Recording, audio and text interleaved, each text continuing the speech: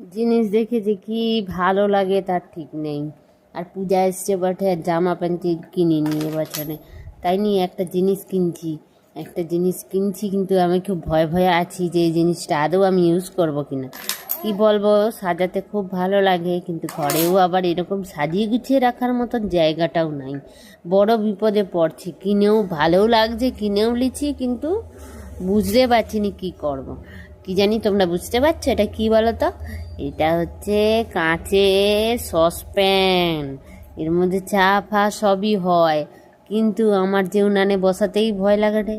কা করে দেখতে তো দারুণ, মোর ছেনা তো খুলেও বলছে মা কি সুন্দর, নিচে ঠক করে লাগলে না ভেঙে যায়, এই ভয়ও লাগেছে।